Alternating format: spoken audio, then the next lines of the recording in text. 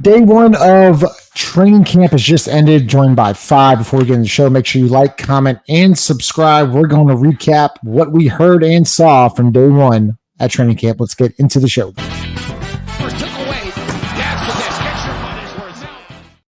As always, this podcast is sponsored by the Birdsall Law Firm, the official injury lawyers of Propels Talk, located by the Superdome. Give them a call at 504-523-5413 if you or someone you know has been involved in an accident. Birdsall Law Firm, the official injury lawyers of Propels Talk, as said before, joined by five. All right, Jared, let's get right into it. We were there. I thought the vibes were great. As I think I tweeted out, but like the facility was bumping. The music was loud. The vibes were really good. But what we noticed, and we talked about this on the side, is Zion Williamson. He once again came to the media today. Short answers, looked pissed off. And I remember bringing you to the side saying this is a good thing. Why do you think Zion Williamson being pissed off is a good thing?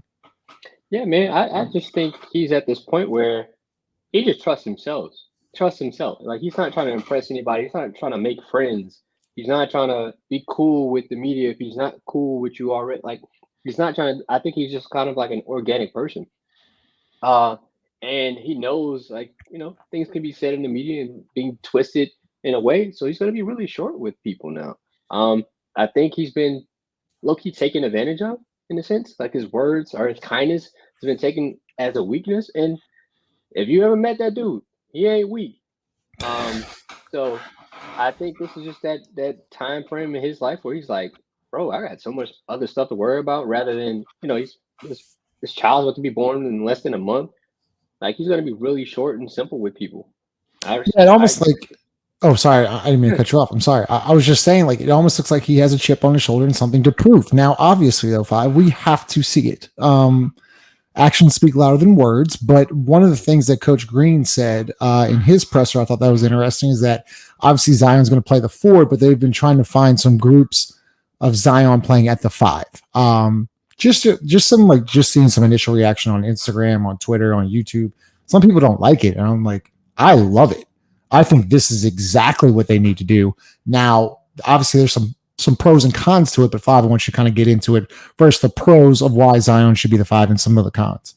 Like, this notion of playing the 5 is kind of, I think people's mind is kind of elementary when it comes to basketball. Basketball is such a fluid sport now and positionless. Like, playing the 5 doesn't necessarily mean he's going to have his back to the basket. No, I just think it means, like, he's going to be the screener in most actions rather than just being the primary ball handler. I've been screaming this for years, for Zion to be the screener so he can be the pick or screener and then roll and go play 2-on-1. Imagine Zion get to play 2-on-1 with somebody going downhill in the middle of the lane. Oh yeah, you're gonna help out a lot. Oh, then he's a really good passer out of that, and then he can make the play. Like, this is not like rocket science. I don't think Willie Green is saying Zion's gonna play with his back to the basket. No, this involves Zion in action, which you need. He brought up data. I really couldn't hear him, but I know he brought up data to support it. So it all makes sense on all levels. It's just they're gonna do it, and people on Instagram, Twitter, social media, like, calm down. Like, it's okay if Zion's a screener. It's gonna benefit him. Yeah, and I think you bring up a really good point, right? He's such a good passer. He's so unselfish. So when you come off the screen, you hit Zion on that short roll, and he's going downhill, which we know is impossible to stop, and you put a shooter in the corner, left corner, you put a shooter in the right corner, that low man's got to make a decision. And most of the time, Zion makes the right decision. And a lot of people are going to make business decisions with Zion catching a screen and roll and going downhill. Yeah, good luck doing that.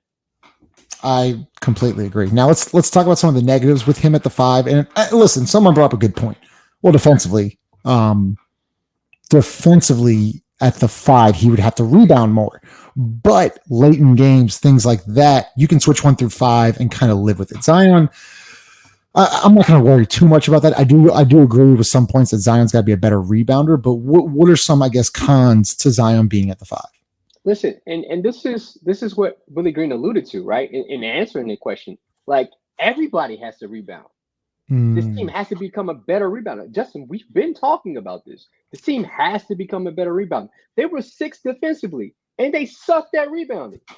Just imagine what that number increases to if you don't allow second chance points or a lot of second chance points against teams that are bigger than you. It's a mentality thing. Willie Green alluded to that. It's a mentality thing that everybody has to do.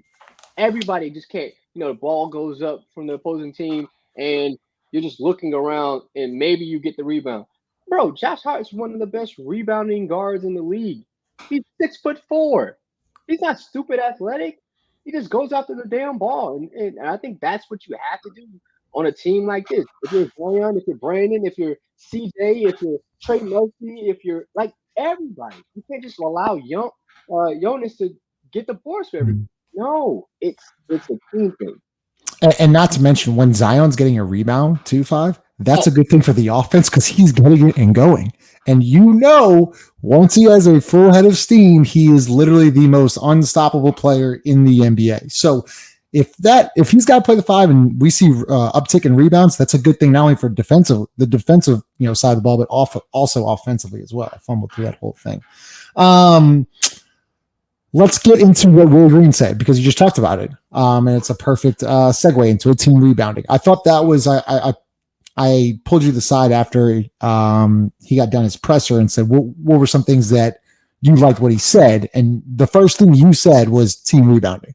We know that they got to be a better rebounding team this year, and Willie Green was very forthcoming and just straight up like we got to be better, and it's got to be a mentality.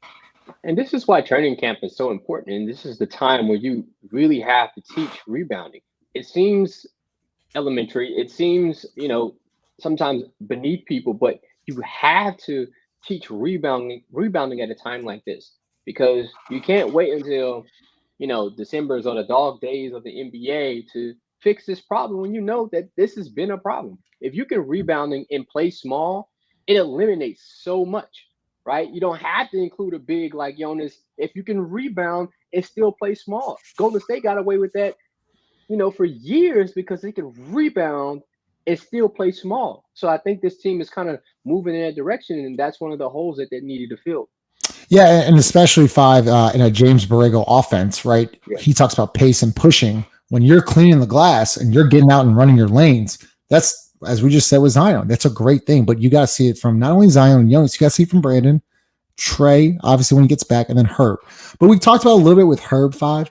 Do you think it's a little unfair to expect more rebounding from him because he is usually on the perimeter guarding their best offensive player? Or is that something like, it might be an excuse?